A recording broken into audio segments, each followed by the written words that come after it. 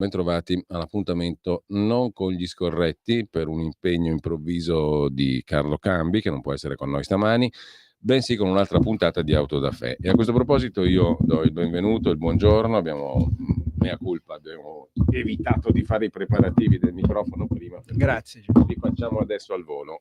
Siamo pur sempre una radio artigianale, quindi la trattoria di Auto da Fè è sempre aperta, piatti genuini e ruspanti, soprattutto ispirati a un criterio di onestà, di verità e di schiettezza, che è l'argomento di cui parleremo oggi, tra le altre cose. E qui con noi c'è l'avvocato Diego Soddu, che ringrazio e che saluto. Buongiorno. Grazie Giulio, Diego. Ciao, buongiorno a tutti i radioascoltatori. Allora, Diego Soddu, per chi non lo sapesse, è avvocato, è il tutore legale di Olindo Romano e Rosa Bazzi e ha lavorato intorno alla vicenda della strage di Erba fin da subito, sostanzialmente, fin dall'inizio. Conosce perfettamente tutte le carte, a differenza dei tantissimi che hanno scritto e parlato in questi anni, in questi giorni e anche ieri, e che le carte e i fatti dimostrano di non conoscerli. Lo possiamo dire tranquillamente perché io mi sono sentito di dire, dopo che ho saputo che la Corte di Cassazione ha rigettato l'istanza, o meglio il ricorso presentato dagli avvocati contro il no detto dalla Corte d'Appello di Brescia alla revisione del processo,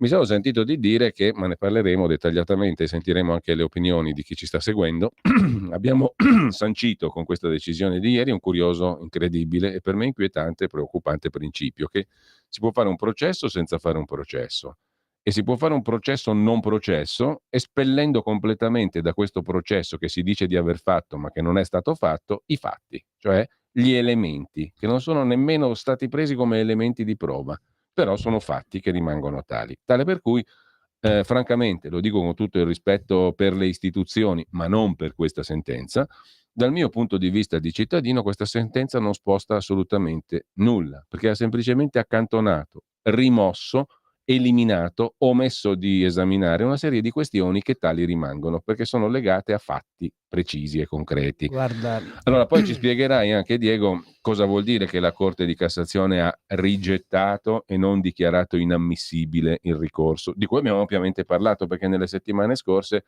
noi abbiamo approfondito con l'avvocato Schembri i contenuti del ricorso e poi con una discreta quantità, tanti dei consulenti che hanno prestato la loro opera, i punti fondamentali di quel ricorso, che era denso, ripeto, e rimane denso di fatti che andavano esaminati, valutati, spiegati, giudicati. Questo processo non è stato fatto, però ci è stato detto che il processo è stato fatto. Allora, siamo in una situazione che avrebbe esercitato anche Franz Kafka in maniera efficace, perché siamo in una situazione in cui un processo è definito tale senza fare un processo e in questo processo che non è stato fatto vengono espulsi i fatti.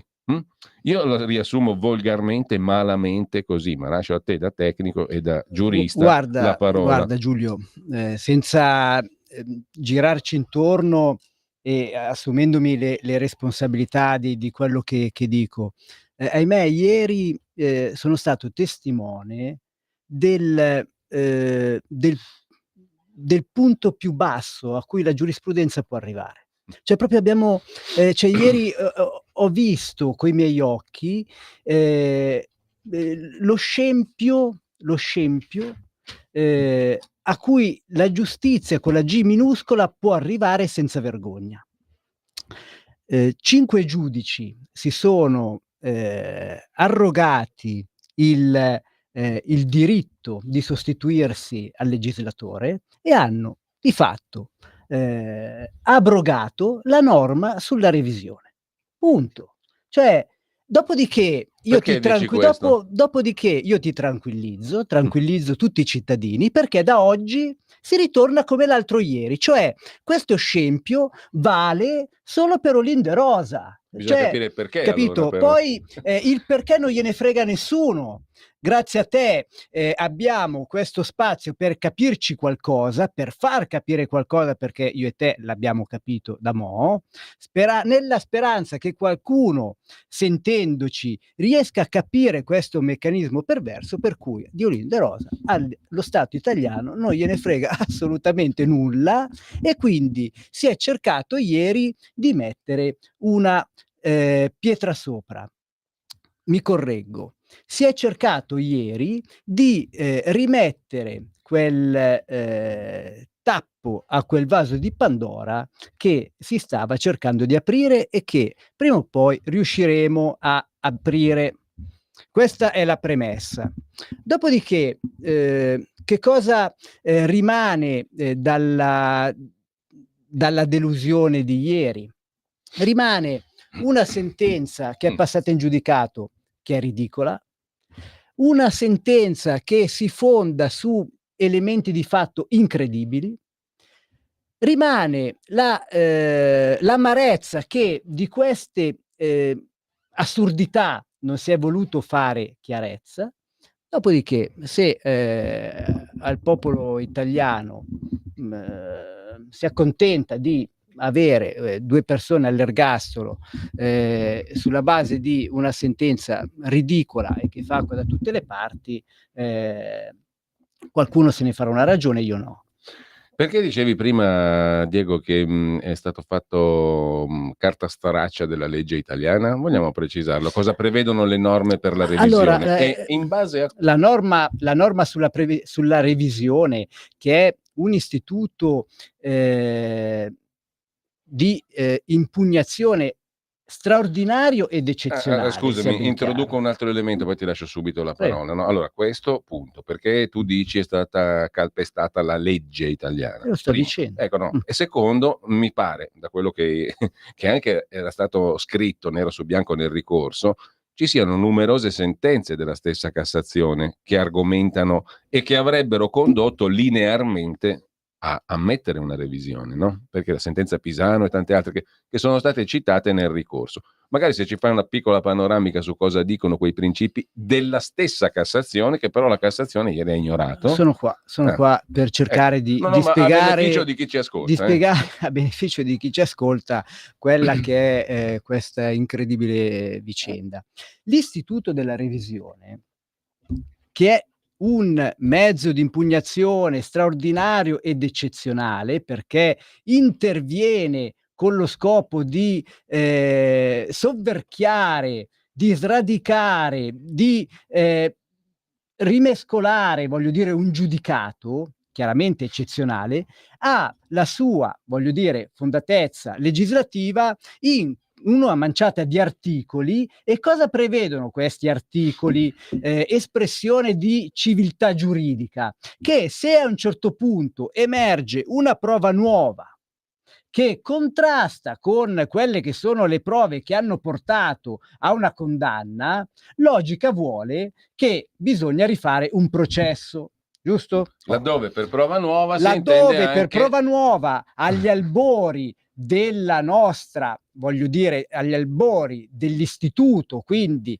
l'iniziale interpretazione giurisprudenziale era la prova nuova è quella che si forma dopo. Quindi se, voglio dire, c'era un testimone ma non è mai stato sentito, chi se ne frega, questo testimone deve saltar fuori a distanza di anni. Poi si è capito, voglio dire, che il concetto di prova nuova deve essere un concetto abbastanza elastico, perché? eccetera, Perché mi pare di aver eccetera. capito anche a me, perché il concetto base è dobbiamo trovare la verità e quindi Bravo. in nome della verità... nel frattempo, voglio dire, ci siamo un po' evoluti, è stato introdotto anche l'articolo 111 della Costituzione, Il giusto processo. con cui fare i conti, che secondo me qualche magistrato nel sventolare qualche settimana fa la Costituzione fuori dal Palazzo di Giustizia è scivolato questo articolo 111, bisogna raccoglierlo, okay, e rimetterlo al proprio posto.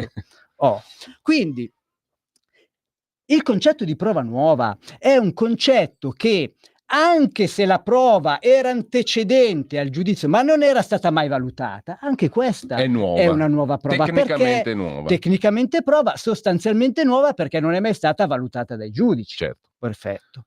Dopodiché si inserisce anche tutta quella serie di concetti di prove scientifiche cosiddette nuove, prove scientifiche del sapere scientifico nuovo, che voglio dire, se ci sono degli argomenti tecnici che in un dato momento storico non si conoscevano e oggi li conosciamo e tramite questi Faccio un si può esempio. fare, voglio dire, un altro tipo di ragionamento, perché no? Faccio un esempio, poi ti lascio subito la Prego. parola, ma a beneficio sempre di chi ci sta seguendo. Noi abbiamo ascoltato la professoressa Scarpazza e il professor Sartori che ci hanno detto a proposito di questo elemento che tu stavi puntualizzando proprio questo. Per esempio, nel caso del signor Mario Frigerio, Ecco qua, nel c'è un caso elemento del signor Mario scientifico Frigerio, nuovo. No, che cosa c'è un elemento... dice la sentenza che ha portato alla condanna Olindo e Rosa?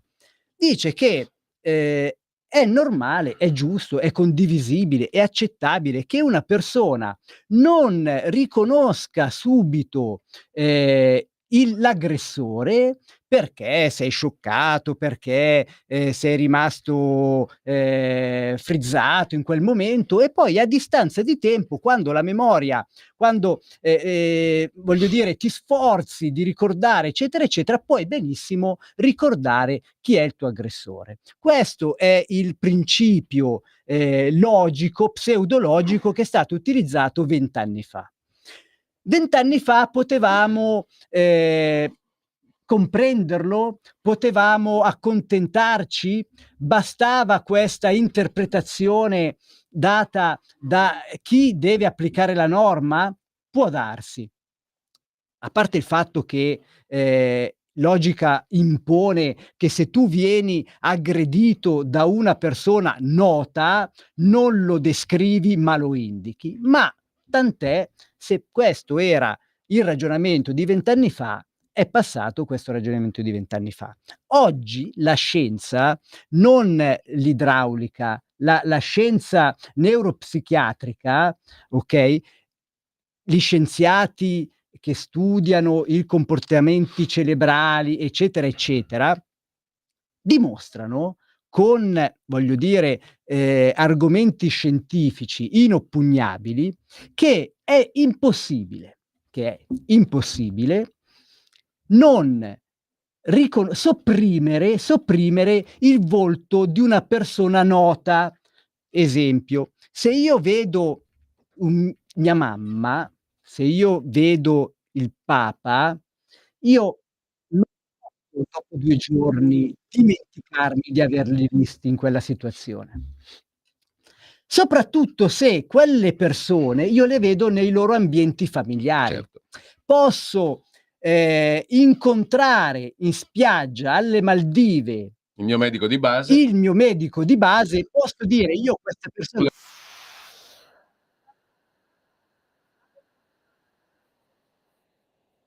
Questa, è un altro aspetto della neuroscienza, ma nel momento in cui io vedo un volto noto nel suo ambiente familiare, io lo Il riconosco vicino di o non casa, lo il riconosco. vicino di casa. Allora, Perfetto. il professor Sartori è stato tranchant su Detto questo. ciò Giulio, questa è una regola scientifica che se ci piace o no, è nuova. Quindi tanto basta per offrirla a un giudice della revisione, il quale deve ammettere che trattasi di E prova va nuova, valutata. deve ammettere che astrattamente può incidere su quella che era la decisione precedente, dopodiché si apre il processo.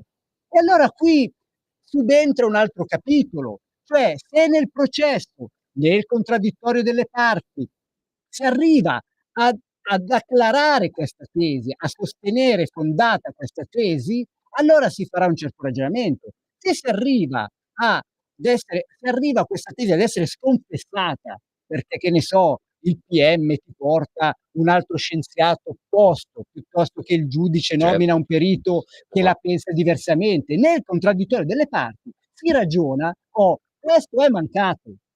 Cioè questo è elementare. Io dubito che chi ci sta ascoltando possa non ammettere la validità di quello che sto dicendo. Cioè, a meno che sei in malafede, a meno che sei un troglodito, cioè io cerco di spero di essere stato chiaro, ho riassunto quei 3 articoli, non è che dobbiamo scoprire la fusione nucleare nelle aule di giustizia. Ci sono 3 articoli scritti in italiano, questo dicono, e questo non è stato fatto. Posso legittimamente essere non solo deluso dalla giornata di ieri, ma anche arrabbiato? Permettimelo. Cioè, voglio dire, ieri io ho visto una un'udienza dove si è parlato di questo. Si è parlato di questo e ovviamente ero ottimista che i giudici di legittimità dessero ragione alla difesa, perché stiamo parlando non del merito, ma si sta parlando dell'ammissibilità di una prova nuova o meno e di riaprire il Allora, processo. io devo dire, Punto. Dopodiché, dire che è una sentenza vergognosa, anche se le motivazioni verranno depositate tra 30 o tra 60 giorni, e lo sottoscrivo da oggi, perché tra 60 ma è giorni ci molto chiaro. troveremo qui a leggerla e Allora, rideremo. Diego, è molto chiaro il discorso, no? Dopodiché da oggi i cittadini devono stare tranquilli, perché i principi che Tu di questo sei noi convinto? al 100%, i principi che la difesa ha portato a corollario del ragionamento Valgono che per ti ho tutti, illustrato, valgono per tutti tranne no, che per Olindo e Rosa. per noi valgono, per Olindo e Rosa no. Cioè ieri c'è stata una bolla temporale, c'è stata una bolla giuridica,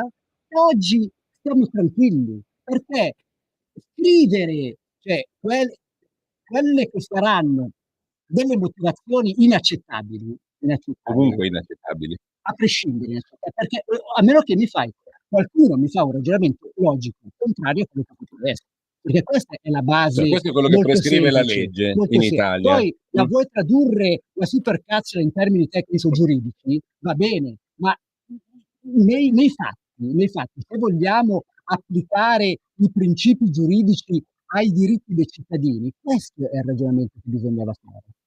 Ma io ti ho fatto l'esempio, tu mi hai proposto l'esempio di Frigerio, ma cioè, la revisione copriva a 360 gradi, cioè, le Ascolta, stupidate che ieri, reggono la sentenza di condanna. l'altro Perché ieri, se parliamo della Cherubini, abbiamo portato, la difesa ha offerto il sapere scientifico di luminari della, voglio dire, medicina, della ortopedia, di tutto, cioè quella donna, c'è scritto, cioè, che è stata aggredita e finita nel pianerottolo, dopodiché è salita al secondo piano, lì decede e dopo 5 minuti di essere stata spostata è riuscita anche a dire aiuto, aiuto. Questo allora, su rimane, questo noi abbiamo rimane ascoltato la questo. dottoressa Quindi Vasino. ieri, no, poi mi Sì, interrompo, sì. quindi ieri non è stata assolutamente eh, pronunciata la parola fine, cioè ieri si è tentato di tappare, voglio dire, un vaso di Pandora e noi da oggi riprendiamo la battaglia che non finirà finché la gente non capisce e finché la gente non si indigni al 100%. Finora abbiamo il 50% minimo di italiani indignati. Noi contiamo di raggiungere il 100% dell'indignazione, perché è una vicenda che tratta tutti noi, che ci accomuna Certo, tutti, destra, sinistra, grassi, magri, eh, italiani, extracomunitari, e non può passare, cioè non possono 5 giudici della Cassazione mettere a tacere un sacrosanto diritto di chiarezza. Punto. mi permetto di dire, è sancito da Punto a altre, capo, tra le altre aggiungo. cose, è sancito da numerose sentenze della stessa Cassazione Ma ti ripeto, precedenti. questa è stata una bolla, cioè noi non dobbiamo preoccuparci per quello che succederà da oggi a noi e gente normale, perché l'interpretazione e la disapplicazione dei principi di diritto chiari, cristallini, pacifici, non c'era una D'accordo. sentenza di segno contrario, l'unica sarà questa, e chiaramente non verrà seguita da nessun altro. Da oggi riprenderemo la vita normale, cioè, Perché il punto. principio ispiratore, no, per cui si arrivava a questo meccanismo che tu hai descritto, che la legge prevede in tema di revisione, è molto semplice. Io Ma ho letto arriva alcune a no, argomentazioni, perdonami alcune Giulio, arriva a Roma questa trasmissione? Cioè qualcuno la sì, sì, sì, certo, perfetto, in okay. tutta Italia Perfetto, e anche oltre. Comunque, il punto centrale che io ho capito da cittadino, che sta alla base delle norme che tu hai richiamato in tema di revisione in Italia si fa così, secondo le norme che tu hai detto, una è norma, il molto semplice, 630 e è seguenti, molto 3 semplice. E articoli. nel corso del tempo le sentenze di Cassazione che sono intervenute su questo tema sono intervenute per ampliare la possibilità No, di revisione secondo quell'ottica che dicevi tu, no, non solo il fatto nuovo in sé, ha ma anche il fatto fatto mai valutato. ha fatto Ma scuola la perché? sentenza Pisano, Ecco, ha poi ne fatto vogliamo parlare scuola un attimo? la sentenza Pisano, Cosa che è dice la delle sentenza sezioni Pisano? unite, che ha dato dignità a prova nuova quelli che sono elementi fattuali di alibi. Per dire, quella è una prova nuova. Se una persona si prova che non è nel posto del delitto in quel momento, deve essere dichiarato assolto. Rosa e Olindo sarebbero dovuti essere visti da tantissime persone, non potevano essere lì, no? Questo è un altro elemento di fatto, che è un alibi. Però lasciamo perdere, che ce ne sono tantissimi, poi magari li esaminiamo. Ma quello che volevo dire io è che le norme che regolano questo istituto della revisione e le sentenze di Cassazione che su questo tema sono intervenute sono state tutte ispirate da un principio molto semplice. Io l'ho letto, no? Nelle motivazioni della stessa Cassazione di alcune sentenze c'è scritto qua dobbiamo considerare che il fine ultimo è quello di arrivare alla verità e quindi alla giustizia, che sono le due paroline che sono state anche al centro del ricorso della richiesta di revisione presentata da un magistrato illustre, il dottor Tarfusser, bestia rara tra l'altro Sì, fra i sì, suoi gli colleghi. hanno dato la medaglia della censura.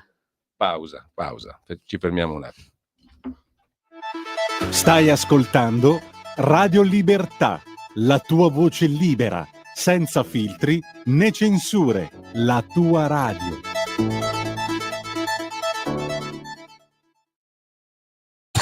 Ladri e rapine? Chiama Sicurbet e installa Dialogos. Telefono 389 11 89 705. Antifurto senza fili o videocontrollo da 980 euro netti. Chiama il numero 389 11 89 705. Prima è meglio che dopo. Sicurbet 389 11 89 705. Porta con te ovunque Radio Libertà. Scarica la app per smartphone o tablet dal tuo store o dal sito radiolibertà.net. Cosa aspetti? Allora, rieccoci in onda con Diego Soddu, avvocato, tutore legale di Olindo Romano e Rosa Bazzi, ieri a Roma per questo appuntamento in Cassazione che, poi lo vediamo meglio, ha detto che cosa, ce lo spieghi tu meglio. Però quello che stavo dicendo prima è tutta la giurisprudenza, compresa quella di Cassazione, in tema di revisione, non ha fatto altro che allargare nel corso degli anni il perimetro della possibilità di revisione, in nome di un principio molto semplice. Dobbiamo scoprire, dare valore prioritario alla ricerca della verità e della giustizia. Quindi anche le prove cosiddette non nuove, ma elementi che erano già nell'iter Ma processuale mai precedente, valutati, ma mai valutati, e qui ce ne hanno sono per esempio dignità di prova nuova, nuove certo. intercettazioni, la perizia dei RIS, colossale, monumentale, che fin dall'inizio era presente ma nessuno ha mai valutato e spiegato, tantissime cose nuove erano già conosciute prima, ma mai valutate.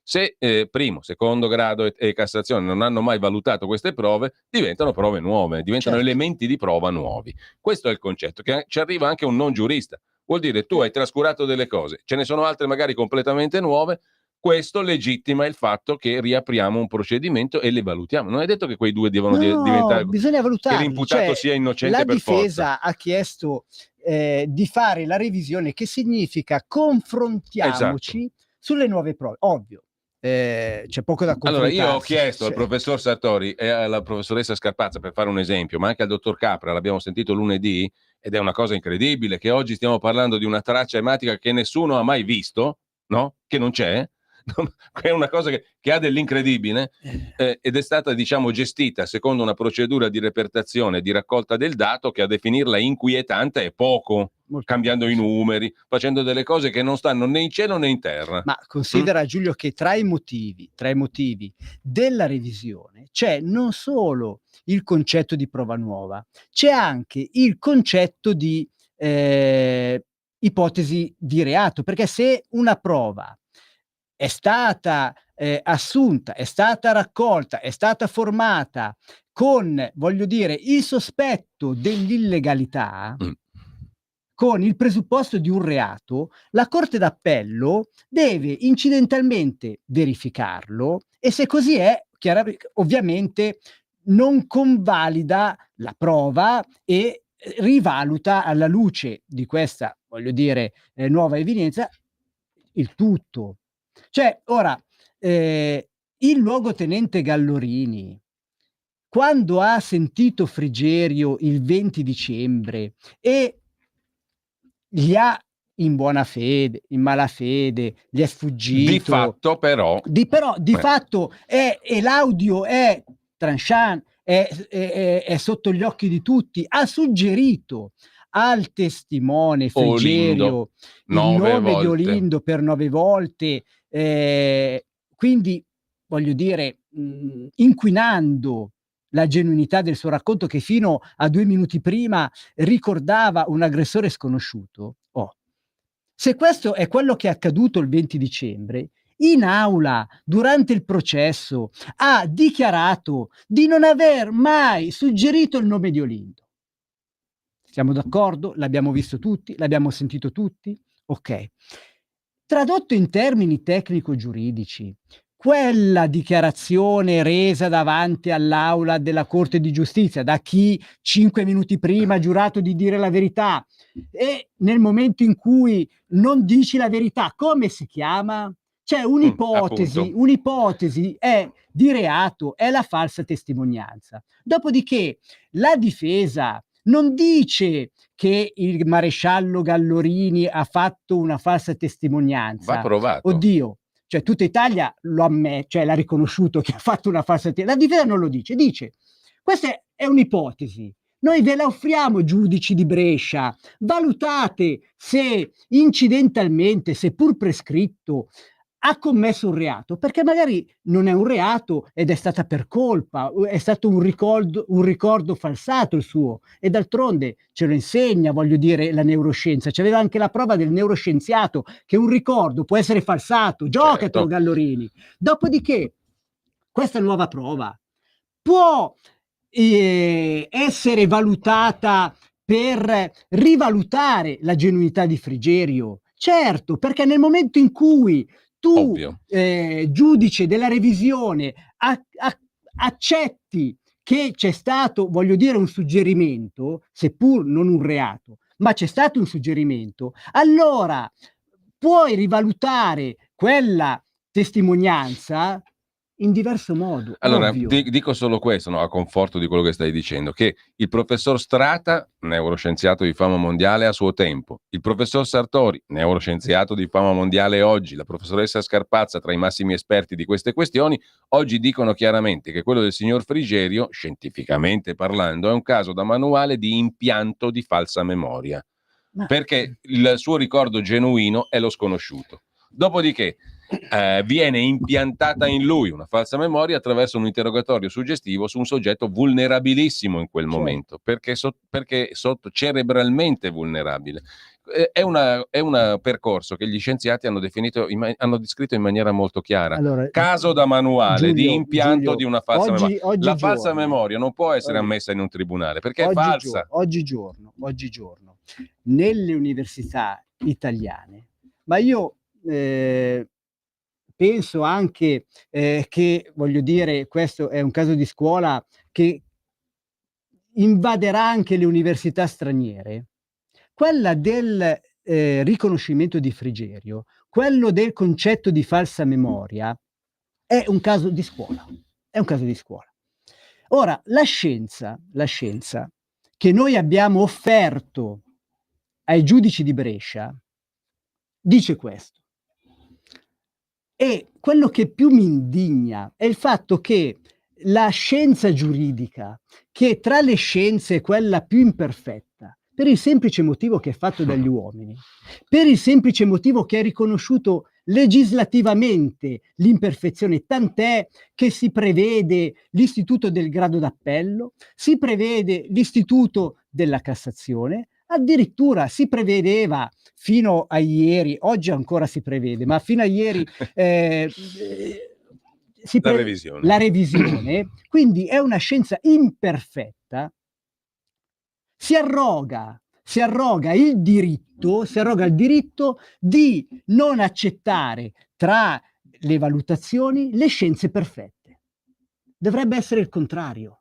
Cioè dovrebbe essere la scienza perfetta al servizio della scienza imperfetta. Qui si è fatto, e questo è il mio motivo di indignazione. Guarda, oltretutto Si è mischiata capito il a cose concetto? chiarissimo. Mischiata, Dopodiché, questa scienza che viene offerta all'attenzione dei giudici, se non la si vuole, ed è giusto non accettarla sic simpliciter, ma nel contraddittorio tra scienziati, certo.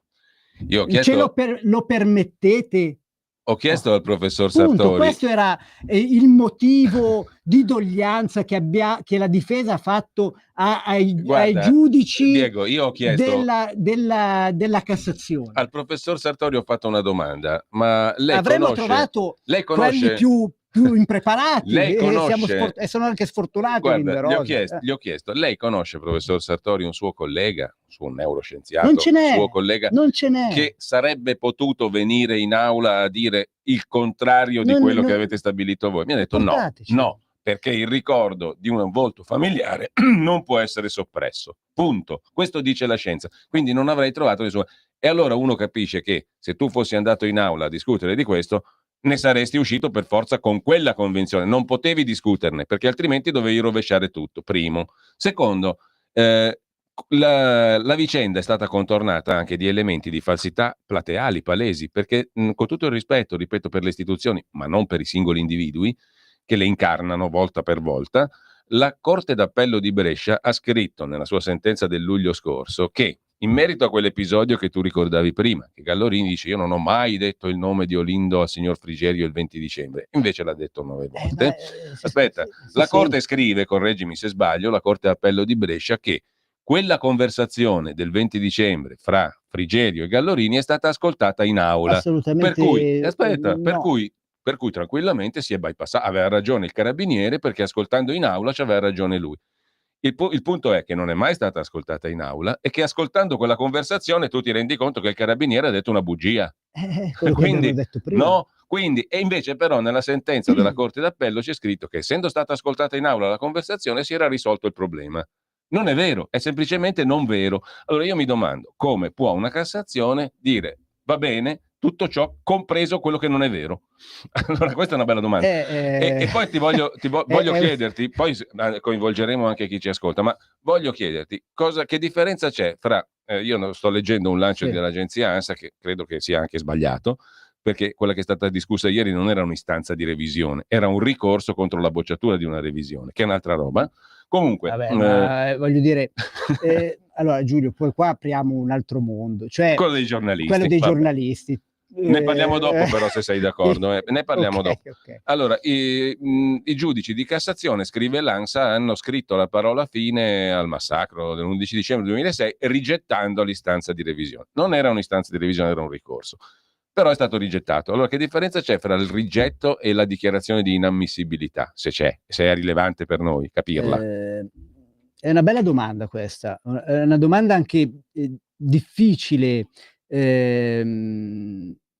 da rispondere, difficile anche da far capire a chi ci ascolta, nel senso che il provvedimento di Brescia con il quale è stata dichiarata inammissibile la nostra istanza di revisione, quindi luglio scorso, quella di luglio scorso, era una sentenza che con una sentenza è stato dichiarata inammissibile un'istanza di revisione che avrebbe dovuto essere dichiarata inammissibile con un'ordinanza, ma loro hanno fatto una sentenza perché evidentemente hanno confuso. Diego, ti fermo. Sì. Sentenza vuol dire esito di un processo, di un procedimento ma giudiziario. Il problema era proprio quello, cioè che non c'è stato. Loro hanno confuso quello che è il contraddittorio sulla prova con il contraddittorio della formazione della prova.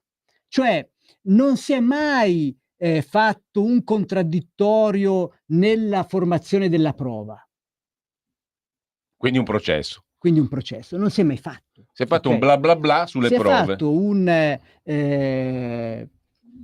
bla bla bla sugli elementi di prova, perché quello che la difesa offriva erano elementi di prova che ictu oculi, se astrattamente idonei a scalfire un giudicato, sarebbero entrati nel processo e nel contraddittorio delle parti si formava la prova e poi e poi si poteva valutare. Quindi noi, la difesa, ha ricorso avverso questo provvedimento assurdo proprio facendo presente questo. Dopodiché la Corte di Cassazione ha rigettato il ricorso,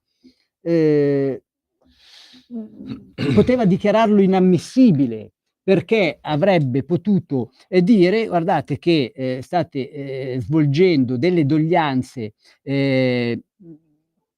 non corrette e sono inammissibili, la legge, voglio dire, è stata applicata nel modo corretto, quindi voglio dire, che cosa volete? Quello che state chiedendo è inammissibile perché è stato giusto così. Invece no, hanno rigettato, sono entrati nel merito, cioè come se, voglio dire, si sia veramente fatto un giudizio di merito in ordine. Cassazione. No, la Cassazione riconosce che è stato fatto un giudizio di merito, un processo in Corte d'Appello, ma noi abbiamo torto perché le prove si argomentano così e non cos'ha. Ma non c'è stato questo processo, ma il non punto c'è è stato, questo. ma non c'è stato. Cioè si dice parola fine, ma la parola fine, voglio dire, nel momento in cui i dubbi rimangono, come fai a impormi la parola fine? E qui passiamo all'altro lato giornalistico, perché c'è un tizio, un collega a questo punto, che terrà anche un corso di formazione.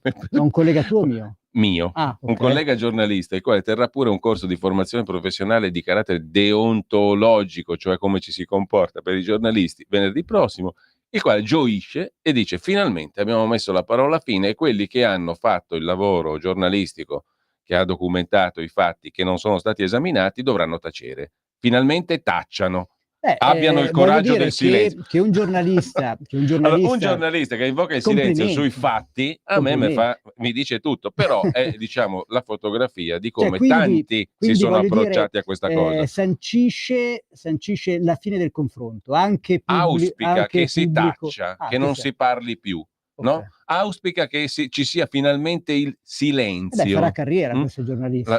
Presumibile. In Italia parte l'ha già fatto. Tanto è vero che insegna agli altri come ci si comporta. Giusto. Ora, in questo caso, la deontologia professionale giornalistica, c'è anche un codice che regolamenta il racconto dei processi mediatici. Ma sarà caduto anche l'articolo 21. Ma è ridicolo. È ridicolo constatare. Hanno sventolata troppo la Costituzione. L'abbiamo visto tutti, che qua i fatti li hanno raccontati in pochi. Possiamo metterli sulle dita di una mano i giornalisti che hanno raccontato i fatti, no? Ma veramente sulle dita di una mano. Allora, tutti gli altri dove erano? Cosa hanno fatto? Hanno calpestato le regole della deontologia, perché il giornalista deve raccontare i fatti, non eliminarli, non parlarne più.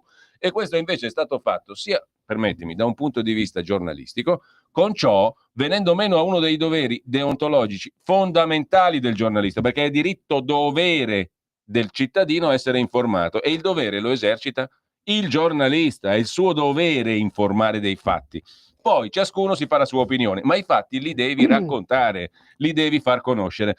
Dal giornalismo è stata espulsa la galassia dei fatti e dal processo sono stati pure espulsi i fatti. Allora tu mi dici che significato hanno le parole informazione e giustizia quando tu elimini i fatti da questi due pianeti?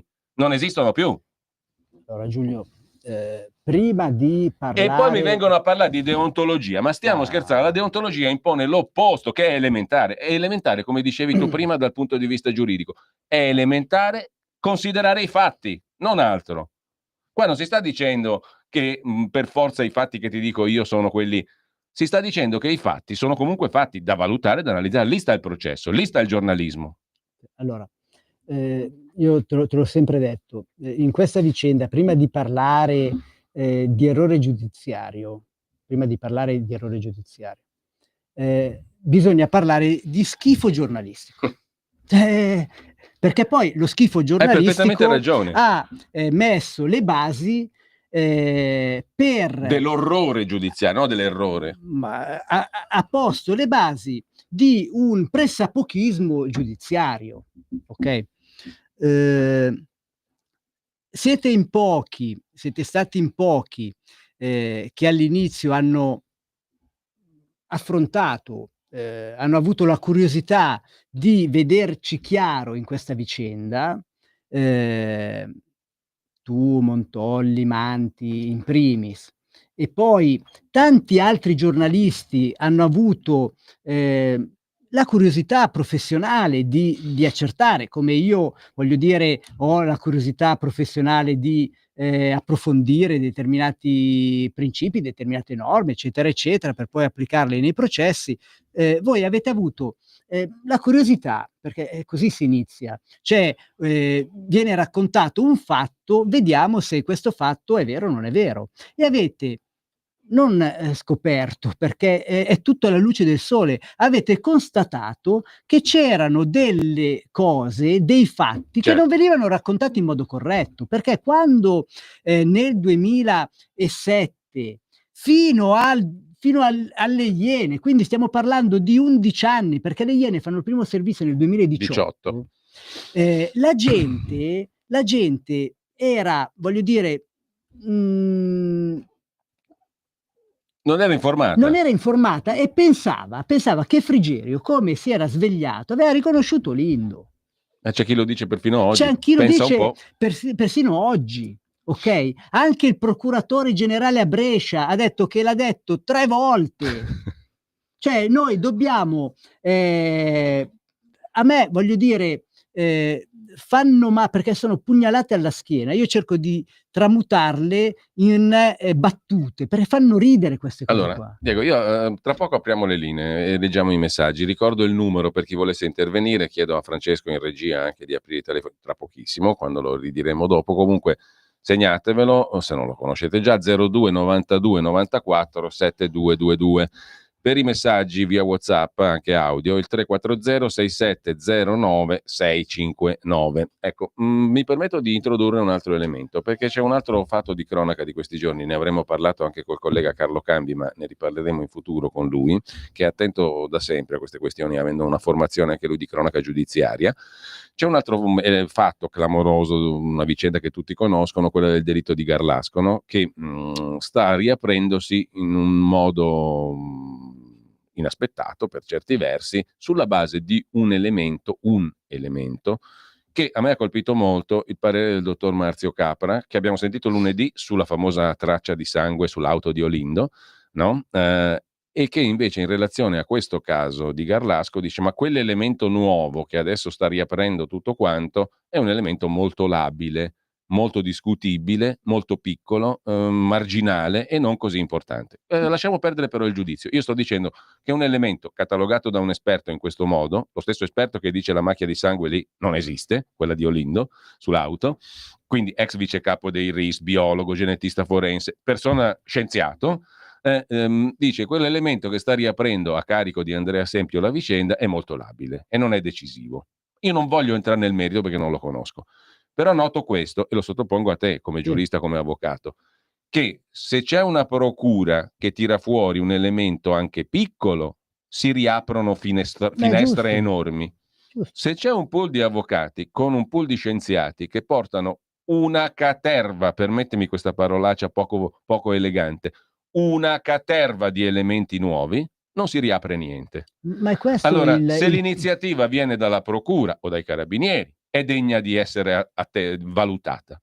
Se viene da un pool di avvocati e difensori disinteressati e che operano gratuitamente da 18 anni, così come i loro esperti scienziati, allora no, non va valutato. E non un elemento labile, ma una quantità di fatti cristallini e enormemente chiari non vengono valutati.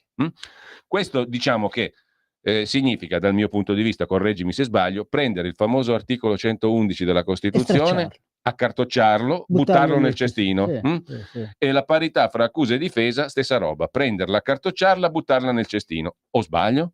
No, hai perfettamente ragione. Ora, io il caso di Garlasco, ovviamente non lo conosco, però nel momento in cui viene detto che c'è un piccolo elemento che scientificamente può essere approfondito, questo voglio Attenzione, dire, con identificazione immediata ma del nuovo mostro, sia ben chiaro, no, perché compare sulla scena il nuovo mostro. Giulio, questo basta e avanza per approfondire da un punto di vista scientifico nel contraddittorio delle parti, perché poi magari uno si può sbagliare, uno può apportare la sua Certo. conoscenza, cioè è doveroso approfondirlo. Ma infatti. Cioè, a Ma io non dico che sia prescindere sbagliato considerare quel piccolo ma elemento, è no, giustissimo, ma però piccolo allora perché un piccolo elemento elemento portato dalla procura vale la pena di approfondirlo e una quantità di enormi fatti portati dalla difesa li buttiamo nel cestino? Perché? ma questo Perché a me da cittadino sta roba tu potrai dire ma vale solo per Olindo, stai tranquillo che da domani torna tutto normale. Sì. Io non so tanto sicuro, c'ho paura, capito? Posso aver paura? Certo. Se un domani Perché se l'Olindo vale sarai per tu, oggi, per quei certo. due lì può valere per me domani. Ma cosa diceva Umberto Tozzi? Gli altri siamo noi, cioè finché non ti toccano, ovvio, devi stare tranquillo. Poi quando tocca a te, Appunto. sono problemi tuoi. È proprio questo il problema, cioè nel momento in cui la scienza ti offre il grimaldello per approfondire un argomento, approfittane. Cioè, allora, qui devo dire una cosa. Questa, voglio dire, mancanza di umiltà della giurisprudenza, cioè questa mancanza di umiltà dei giudici che non si fanno da parte per permettere alla scienza di dire la sua, salvo poi, voglio dire la loro, ma dopo che hai delle nozioni più precise. E finché voglio dire, ma la riforma della giustizia deve essere questa, Giulio. Cioè non voglio dire farmi impazzire per caricare un appello sul portale, capito? Sì, ma la politica qua è stata completamente assente da questa vicenda. Perché? Perché riguardava tutti. Ma la politica tutti, in Italia è sempre stata assente, allora, tant'è che la giurisprudenza, tant'è che i giudici hanno, voglio dire, il compito di tappare i buchi che lascia la politica. Cioè, Però faccio un'altra osservazione, poi sentiamo, anzi apriamo le linee intanto, lo dico alla regia, Francesco che ringrazio in regia, 02 92 94 7222, abbiamo già 2 chiamate, poi vediamo anche i messaggi, ma io mi permetto di dire una cosa. Il professor Nico D'Ascola, che è tra gli avvocati difensori, del pool di avvocati difensori, aveva mangiato la foglia subito a marzo del 24. Sì, però la foglia l'abbiamo mangiata tutti a marzo, però poi arriviamo a Roma e non possiamo permettere alla Cassazione di omologare uno scempio del genere. Quello che ti fa rabbia. In che senso però l'aveva mangiata la foglia e l'avevate mangiata tutti insieme, onestamente? Perché lui l'ha preso la parola, mi ricordo benissimo, ero là a marzo del 24 in Corte d'Appello a Brescia e dice ma scusate, ma in che fase siamo qua del giudizio? Perché avete fissato udienze, contraddittorio. Avete fissato delle udienze. State parlando, più contraddittorio di così? Avete fissato delle udienze, qui si doveva decidere solo se è ammissibile o inammissibile e poi fare un processo. Invece state entrando nel merito senza assumere gli elementi di prova, senza sentire i testimoni. Per loro il voi state facendo un è processo finto. Il contraddittorio da finto, bar. Non il giusto processo, il finto processo è andato in onda e il professor D'Ascola e voi poi dopo a seguito avete notato questo. Certo. Allora lì, diciamo, l'inghippo era stato cucinato fin da lì. Ma che però questo inghippo, diciamo, osceno, far passare per processo una cosa che non è stata un processo, possa reggere anche in Cassazione, io sono strabiliato. Ma infatti, io sono strabiliato. Ma infatti ora uno cerca di sdrammatizzare perché ci sarebbe da arrabbiarsi. Il problema giuridico è proprio quello, cioè è stato un finto contraddittorio. Cioè il contraddittorio lo si fa sulla prova, un finto non processo dal quale sono espulsi i fatti. Ma te pare una cosa accettabile? Ma neanche Kafka ci arrivava a tanto. Il finto processo con espulsione dei fatti. Non siamo in pausa e 2 telefonate che aspettano, speriamo che aspettino e chiedo loro scusa. Stai ascoltando Radio Libertà, la tua voce libera, senza filtri né censura. La tua radio.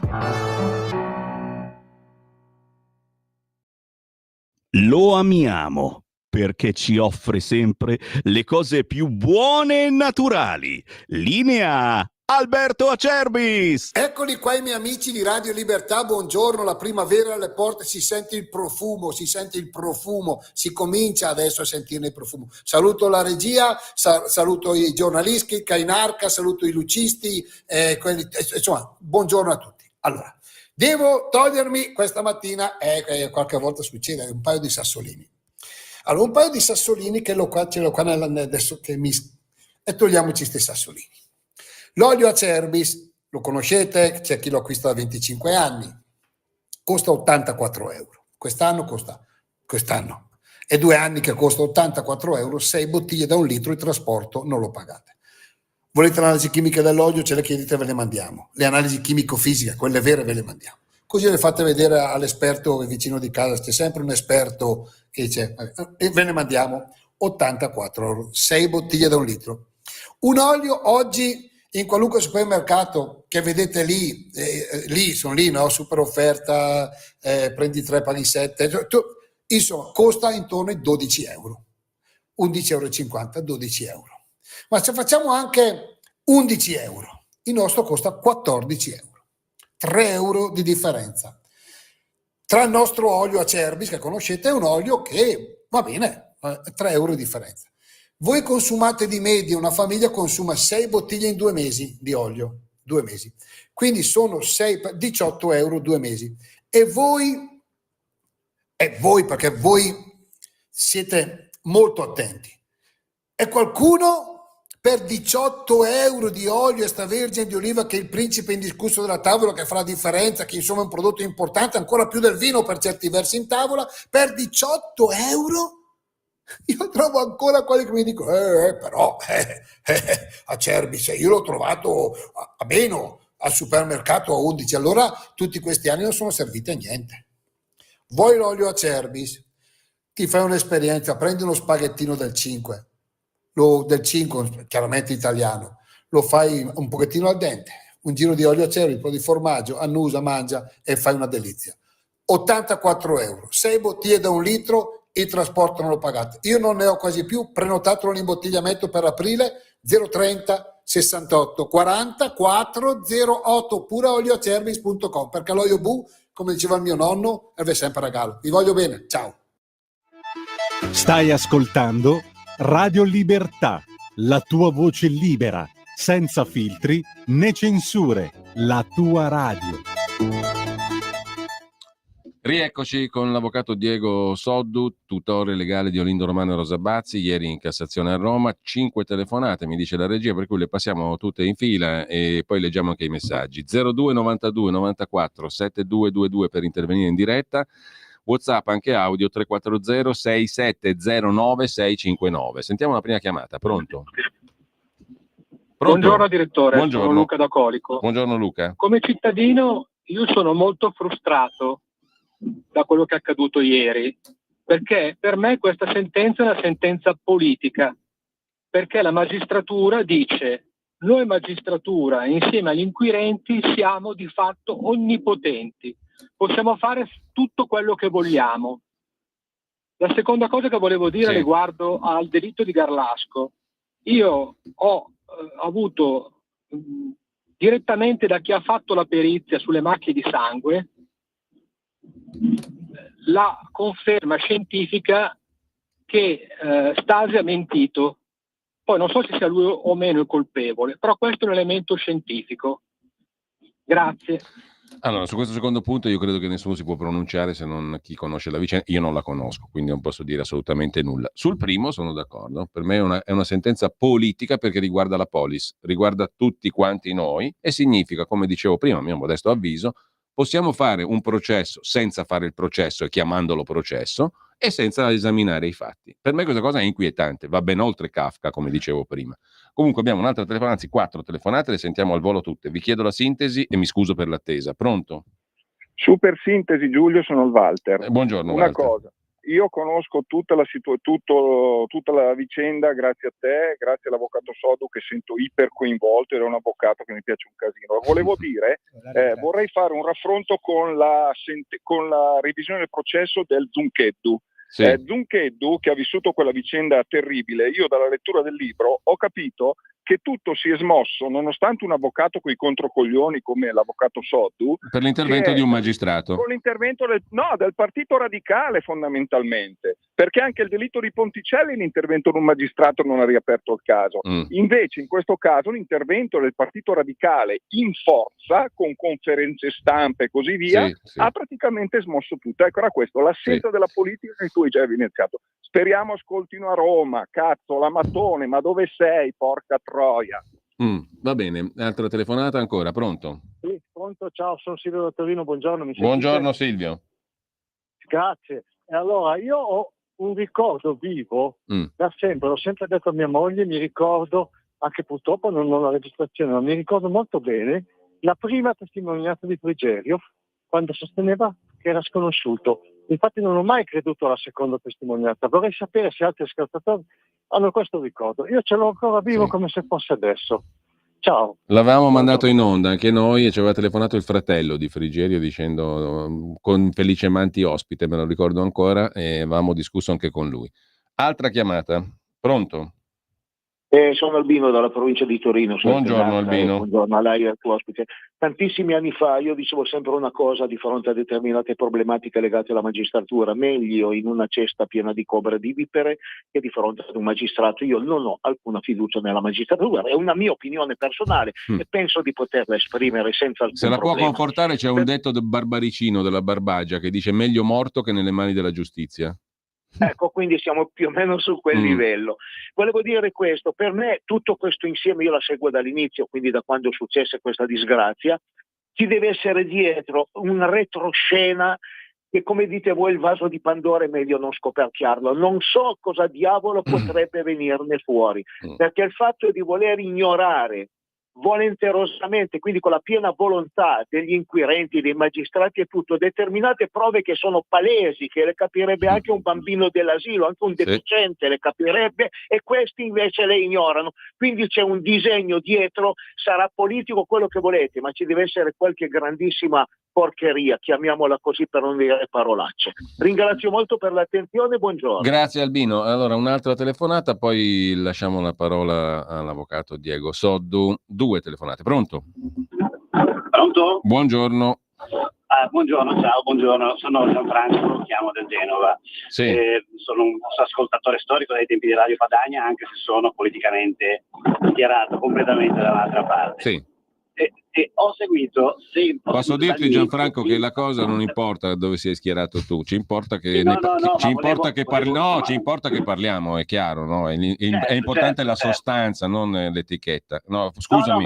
Scusami. No, ma ci tenevo a sottolinearlo, ci mancherebbe altro. Ho seguito dall'inizio, proprio dall'inizio, da quando c'era ancora la Radio Padania, tutte le tue inchieste. L'ho seguita subito all'inizio, subito con un po', ero un attimo frenato non riuscivo bene a capire. Certo, no, guarda, a proposito, non per interromperti e poi ti lascio la parola, ma proprio perché mi hai richiamato alla mente un altro episodio. Ieri abbiamo parlato con Gian Loreto Carbone del suo libro, no? Gian Loreto Carbone, l'inviato di Chi l'ha visto, quando io gli ho fatto questa proposta all'inizio, gli ho detto guarda, occupati di sta roba perché non quadra niente. Mi ricordo, mi ha detto nel suo romanesco meraviglioso, aggiù, ma te sei rincoglionito, ma che stai a di? È una stronzata quella che mi stai a di. E poi invece si è documentato, ha letto le carte e ha fatto quello che ha fatto e l'hanno censurato alla RAI. Cioè, infatti, perché ho seguito anche quello, ho seguito sia le Iene, ho seguito poi la prima puntata della RAI, Chi l'ha visto, che poi le altre poi sono state censurate. No, io ho seguito tutto dall'inizio e anche confrontandomi poi con amici, con persone, spiegando le cose, cioè, era chiaro, era proprio evidente che queste due persone non potevano essere loro i colpevoli. L'unica spiegazione che vi do in questa pervicacia della magistratura nel non voler vedere è che dopo il caso di Beniamino Zunchetto, con quello che si profila per il caso di Garlasco, sarebbe proprio un fallimento totale, cioè perderebbero completamente la faccia e quindi il discredito sarebbe tale che non se lo possono permettere. Perché io mi do solo questa spiegazione, perché non ce ne sono altre. È talmente evidente a chiunque che questa cosa è stata montata in una maniera clamorosamente sbagliata, cioè non riesco neanche a dare un aggettivo, che cioè, non riesco proprio a spiegarmi diversamente quindi, cioè, che ci sia una malafede di fondo clamorosa. Allora, Gianfranco, è una cosa che mi preoccupa molto. Gianfranco, ti ringrazio e poi vorrei fare un'osservazione sulla tua nota acuta e giusta. C'è un'altra telefonata, se no poi ci fermiamo un attimo, però se no diventa un casino. Pronto? Pronto, mi sente? Sì, prego, buongiorno. Sì, buongiorno, sono Fabio da Milano. Volevo farle i complimenti per come sta trattando tutta questa vicenda, perché è una cosa veramente assurda. Ero anche il 10 luglio a Brescia, ho avuto la fortuna di stringere la mano anche all'avvocato Soddu dopo la sentenza. Sì. Sono rimasto veramente deluso dall'esito di ieri pomeriggio. Veramente schifato da questa giustizia. Tutto qua. Grazie Fabio. Dico solo di non mollare e continuare con questa ricerca della verità che ormai è palese. Ecco, continuare adesso. Grazie Fabio, intanto continuare, prendo spunto. Cosa si può fare adesso? Cosa si farà? Bella domanda, Giulio. Abbiamo appena ricevuto delle coltellate dietro la schiena. Intanto metabolizziamo questa delusione, poi ripeto, c'è da fare. Continueremo perché ancora non è stato fatto nulla, cioè non c'è stato nessun confronto Appunto. sulle tematiche che abbiamo offerto. Cioè, quindi, che via si può trovare per averlo? Che via si può trovare? Ci sarà qualche via,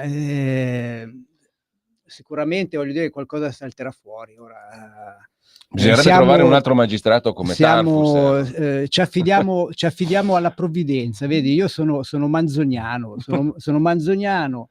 Non a caso Manzoni ha ambientato la vicenda dei Promessi Sposi in quel territorio dove pullulano i Don Abbondio e i Don Rodrigo, cioè, voglio dire, quello così, è un grande romanzo sulla giustizia. Ma certo, cioè, voglio dire, non poteva ambientarlo, che ne so, in Campania, in Puglia, lì a Como, cioè ci ha azzeccato. Ecco, comunque Manzoni. Walter ci ricordava l'importanza di un partito, nel caso di Zoncheddu il partito radicale, no? O comunque di una parte politica, di un'iniziativa giustissimo. politica. Allora premetto questo, che sia ben chiaro una cosa: la difesa non ha mai bussato alle porte a nessuno, non è mai venuta a Radio Padania a elemosinare il tuo intervento, non è mai andata alle Iene a elemosinare l'intervento di Monteleone.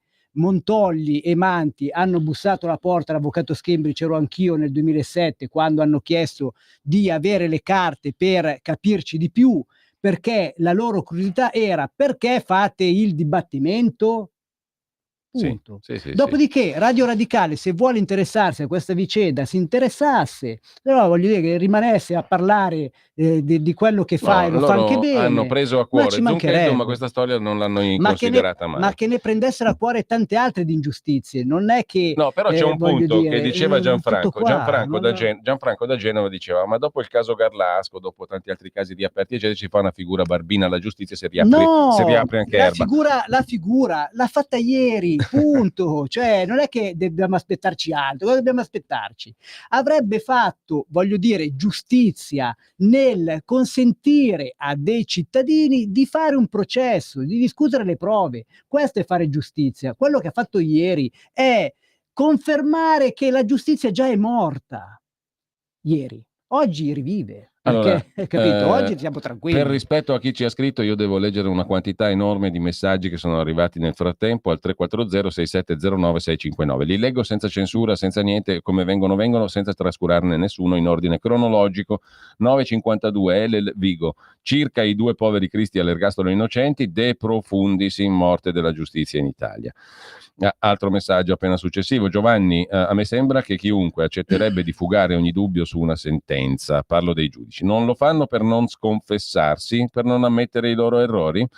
E ancora Raul Cesano, non sono d'accordo con l'avvocato, io non sto per niente tranquillo, può capitare a tutti di finire in mezzo a una storia in cui c'è la figlia di un ricco imprenditore, un'eredità contesa, marito pregiudicato che ha una guerra di territorio per controllo di mercato di droga, carabinieri inetti o in malafede, luogotenente amico dell'imprenditore, per non parlare della magistratura. Posso vivere tranquillamente? Punto di domanda. Ancora, questo non c'entra nulla, mentre Luciana da Muggiò, Io, come ho scritto ieri sera, ribadisco il mio sconvolgimento per questa azione. Mi dico schifata. Non capisco perché quelle toghe non hanno approfittato dell'occasione per riconoscere il loro errore e rimettersi la coscienza in pace. Continuo a pensare che si sentano potenti, tanto da non temere neanche il giudizio che potrebbe emettere la Corte europea, che li metterebbe in ulteriore cattiva luce. Pazzesco avere la forza e il coraggio di lasciare in galera due palesi innocenti, non riconoscendo il valore di tecnici e scienziati che si sono pronunciati in questi anni a favore della verità. Ancora un altro messaggio. Cari amici, cosa credevate, scrive Maurizio, dopo il nullo o il nulla del caso Palamara? Ricordate che il cancro è la procura, il palazzo dei misteri. Mattarella è sempre assente, Nordio non brilla. Carmen, ma questi giudici cosa hanno da nascondere? Nel dubbio rifai il processo alla ricerca della verità, questo sarebbe il principio. Silvio Torino, giornalisti e magistrati sembrano non avere una coscienza, idem il carabiniere, ma l'ingenuità di quei due è quasi incredibile. Mala tempora. Beh, l'ingenuità, io voglio qui fare una piccola nota, Diego, no? A me ha colpito molto quello che ha detto e ha scritto e poi ha detto anche qui in radio il dottor Tarfusser, no? Il quale da magistrato di lunghissima esperienza e anche di brillantissimo successo, troppo successo per cui l'hanno cacciato via, questo è il punto, alla procura di Bolzano, il quale dice ma era palese che questi due, cioè davanti a 4 pubblici ministeri, davanti a due esponenti della polizia giudiziaria, senza un avvocato difensore, perché l'avvocato d'ufficio è zitto, non esiste, ma è palese che venivano schiacciati come un rullo compressore, 2 con questa personalità. E poi quello che dicono gli scienziati facendo i loro esami sulla personalità di Olindo e Rosa, cioè, ma era evidente, tant'è vero che lui dice apriamo un altro punto di domanda. Erano consapevoli gli inquirenti di quello che stavano facendo o no? Perché questo è un altro bel punto di domanda, e lo dice un magistrato. I punti di domanda, se non vengono sviscerati, rimarranno tali. Lo stesso schifo giornalistico con informazioni a senso unico lo si è visto col Covid, i vaccini, la guerra in Ucraina, eccetera, eccetera. Scrive un altro ascoltatore. Grazie Giulio per il tuo lavoro, Alberto dalla Brianza. Ci sono però 2 personaggi di cui troppo poco si è parlato, non li cito neanch'io, in questi anni con la scusa rispettiamo il loro dolore, anche ieri dichiarazioni vergognose, speriamo esista una giustizia divina. Ancora, i poveri coniugi dovranno aspettare la divina provvidenza come è capitato al povero Zuncheddu. Questa vicenda dimostra che la nostra giustizia non esiste più. Anche il codice è interpretato in modo conveniente da parte dei giudici. Sono sconvolto e sconfortato per i 2 giustiziati, li chiama così il nostro ascoltatore Olindo Rosa. Luca da Brescia, mi permetto di sottolineare che si avrebbero avuto delle occasioni totalmente opposte a quelle prese dai vari giudici nel caso di Rosa e Olindo se tali giudici pagassero di tasca propria i propri errori. Secondo me si coprono a vicenda per non ammettere gli sbagli. Leggo un altro messaggio, tra quelli numerosi arrivati, mi spiace dirlo ma ravviso uno schifo generalizzato tra i poteri a partire dalla politica e poi la magistratura e fino a quello dell'informazione. Me ne andrei da questo paese. Questo tuo immane lavoro, scrive ancora Luigi Treviso, sul caso Rosa e Olindo fallo arrivare anche a quelli di 4º grado, ahimè alla dottoressa Matone, in questo caso colpevolista, che ne si è spesa molto esplicitamente per la colpa di Olindo e Rosa pubblicamente, quindi ne gode, diciamo così, anche dei relativi giudizi da parte di chi la ascolta. Grazie del notevole impegno che state mettendo per fare giustizia alla storia di Olindo e Rosa, abbiamo speranza che si arrivi alla verità. Quale prossime azioni? Possiamo sperare nella Corte europea? Questo te lo lascio commentare subito, Diego. Possiamo sperare nella Corte europea in che termini? Passaparola. Ecco, benissimo. Allora, audiomessaggio, se riusciamo a farlo partire. Io ho un audiomessaggio, ma non riesco a scaricarlo in questo momento, quindi passo agli altri messaggi. Credo alla totale innocenza di Olindo e sua moglie. Era la parte debolissima del sistema, è stato troppo facile dare a loro la colpa e chiudere il caso. La stampa ha il 90% della colpa. Saluti Enzo. E io penso di sì. Aumenterei anche la percentuale, perché visto il dovere di informare, tu hai, credo, il 100% della colpa quando non lo fai. Chi non lo ha fatto c'ha il 100% della colpa. In termini complessivi, certo, quei 4 gatti che se ne sono occupati, fino alle Iene, trasmissione di rilievo nazionale, che ha dato molto fastidio, perché certi soggetti sono proprio infastiditi dal fatto che a livello nazionale, tant'è vero che il precedente, che dicevo prima, quello di Gianloreto Carbone, altra TV nazionale, trasmissione di grande successo, è stato troncato sul nascere. Allora, Giulio, mi permetto di dire, ecco, cosa si può fare? Cane non mangia cane, scrive Mary. Questo è il riassunto, diciamo, della vicenda. La domanda, lei? La domanda cosa si può fare? Si faranno sicuramente tante cose. Nel mio piccolo, ecco, se posso permettermi, se posso elemosinare questa richiesta, sicuramente noi faremo il nostro. Se la gente vuole fare il suo, mi permetto, ecco, gli indirizzi del carcere di Opere di Bollate sono a disposizione su internet, eccetera. Non sto a dirgli gli indirizzi. Se volete scrivergli una letterina di conforto, eccetera. Questa è una bella cosa, è giusta. Ecco. Gianluca ci scrive, dopo non, li diamo, non da avvocato, dopo ecco, li da diamo, essere umano mi permetto di... Alla fine poi li diamo Grazie. anche gli indirizzi. Io mi domando, scrive Gianluca, cosa ci sia di tanto grosso da nascondere al punto da sacrificare 2 persone come Olindo e Rosa, sulle quali la logica dei ragionamenti pongono evidenti dubbi di colpevolezza. Chi si vuole nascondere dietro tutto questo? Ma il Presidente della Repubblica dove sta? Si domanda Francesco. CSM, Consiglio Superiore della Magistratura, sì, Quirinale. Quei giudici che hanno decretato la fine della vita di 2 persone innocenti la pagheranno cara di fronte al giudizio di Dio e non li faranno ricorso e lì non faranno ricorso alla superiorità di personaggi non giudicabili. Non ci sarà la Corte di Cassazione a loro favore. Fulvio, provincia di Lecco. A Roma abbiamo assistito ad una mutazione da Corte di Cassazione a Corte di Kafkazione. Dalla provincia di Brescia, Dino, dalla provincia di Brescia, sono sconvolto, amareggiato e delusissimo. Un grande abbraccio a chi ha portato avanti un grandissimo lavoro con abnegazione e passione. Grazie a tutti voi in primis e a tutti quelli che si sono battuti per la verità. Ora ci resta la Corte europea, ma ormai io non ci credo più e mi viene da piangere, scrive il nostro ascoltatore. E adesso ci fermiamo un attimo con i messaggi, riapriamo le linee per chi volesse intervenire, abbiamo pochissimi minuti. 02 92 94 7222. Io dico una cosa, questo nostro spicchio, diciamo, di interventi Giulio, è parziale. Mi fa piacere. Diego, è parziale perché sono persone che hanno seguito e hanno conosciuto i fatti. Quindi io credo che, come dicevi tu prima, chi conosce i fatti poi non può fare. Come Gianfranco da Genova dice, io non ho niente a che spartire con la vostra... Non c'è da bleffare, è stato un fatto di cronaca gravissimo, bruttissimo, non scherziamo con queste cose qua. Se appena c'era il minimo dubbio che potevano essere loro, non avrebbero scritto i radioascoltatori certi messaggi, ovviamente. Quindi, cioè, che Olindo e Rosa siano innocenti è chiaro. La revisione popolare noi l'abbiamo vinta, questo è chiarissimo.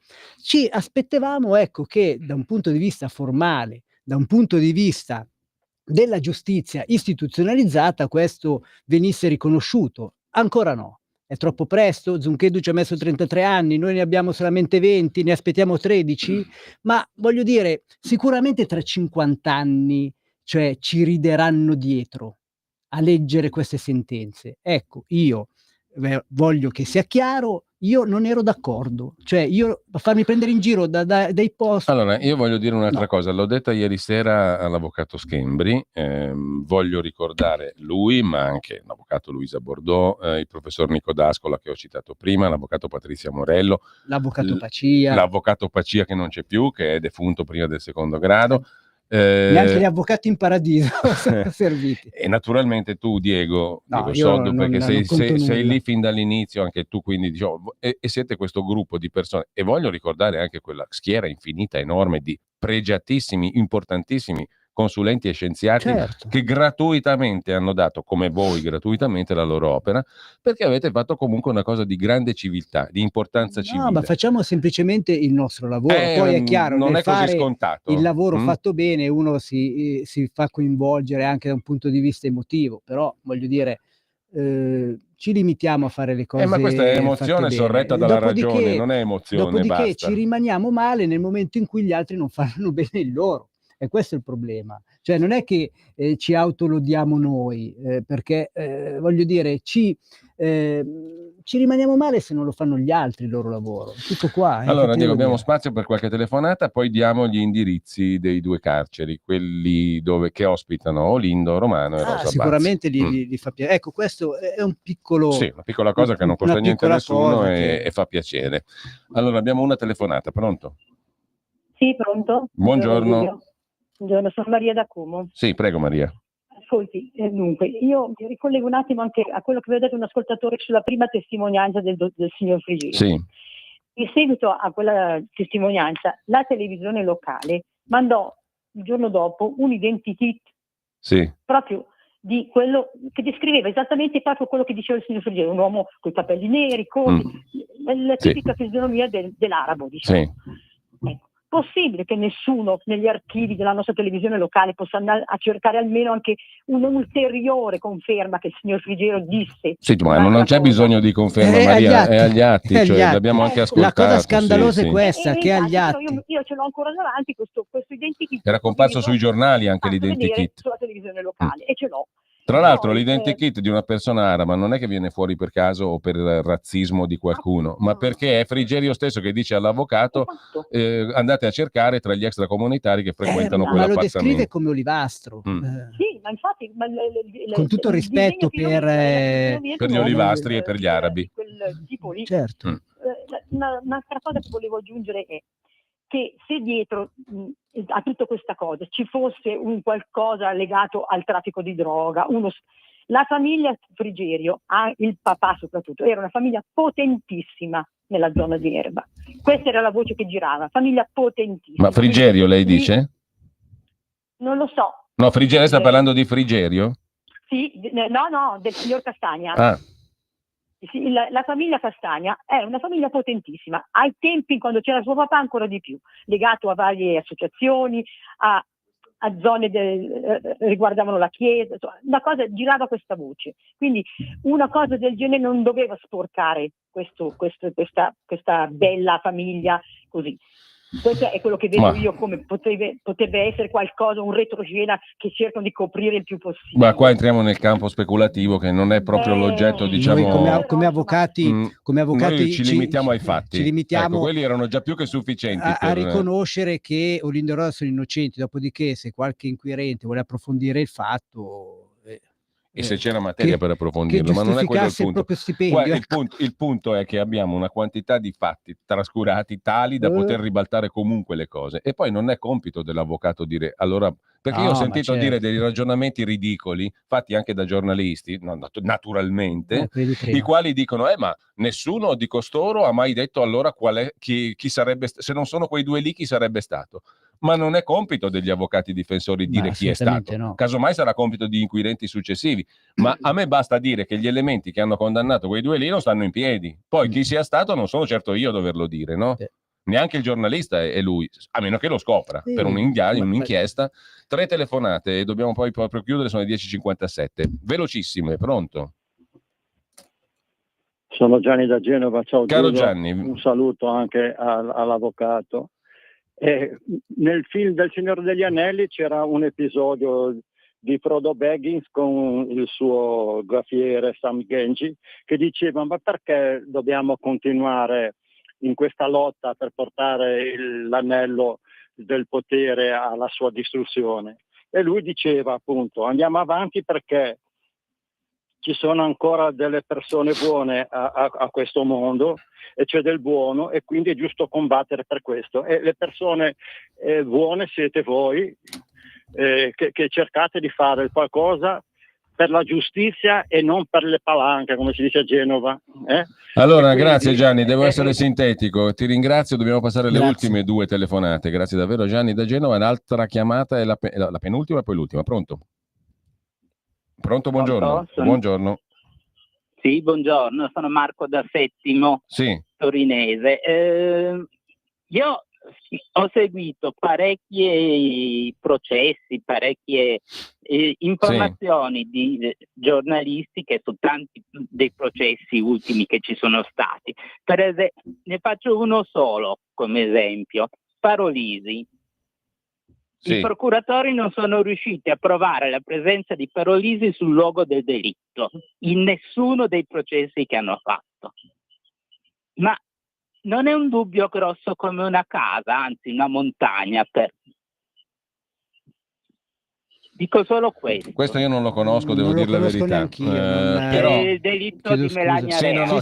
Certo, lo sappiamo, ma non conosco gli atti, però il principio del dubbio è un principio cardine, anche lì, del ragionevole dire, se dubbio. c'è un elemento tale per cui si può dimostrare che lui non c'entrava niente, per carità, anche questo è un motivo di revisione. Allora, l'ultima telefonata. No, non c'è, quindi l'ultima era questa qui. Facciamo in tempo a dare i due indirizzi. Allora, intanto quello della casa di reclusione di Milano Opera, dove sta Olindo Romano, chi vuole gli può scrivere. Casa di reclusione di Milano Opera, via Camporgnago, con la gne, Camporgnago 40, Cap 20141 Milano. Lo ripeto, casa di reclusione di Milano Opera, via Camporgnago 40 20 141. Rosa Vazzi invece sta al carcere di Bollate, via Cristina Belgioioso 120 20 157 Milano. Allora lo ripeto, carcere Bollate, via Cristina Belgioioso 120 20 157 Milano. Rosa Bazzi. Ok, sì, diciamo che non si vince niente mandando la letterina, però ecco, si fa un piccolo gesto di solidarietà nei confronti di, come diceva un ascoltatore, i giustiziati. Dei giustiziati. Cioè, non c'è niente da ridere. Non c'è niente da ridere. Allora, dobbiamo salutarci. Io ringrazio l'avvocato Diego Soddo. Grazie a te, Giulio, come sempre. Ci risentiremo, perché non finisce qua, per un semplice motivo, perché i fatti che abbiamo raccontato prima rimangono lì, tutti quanti, uno in fila all'altro. La risposta noi ce l'abbiamo, ma da un punto di vista istituzionale non si vuole... e quando usciranno le motivazioni noi ne riparleremo un'altra volta come minimo. Sì, le ricommenteremo. Già certo. Ti dico, non c'è voglio dire, saranno assurde. Per forza, per giustificare una cosa che non sta in piedi non puoi che scrivere cose che non stanno in piedi. Certo. È difficile sfuggire a questa logica. Grazie. La challenge, grazie a chi ci ha seguito, grazie all'avvocato Diego Soddo. Grazie a tutti.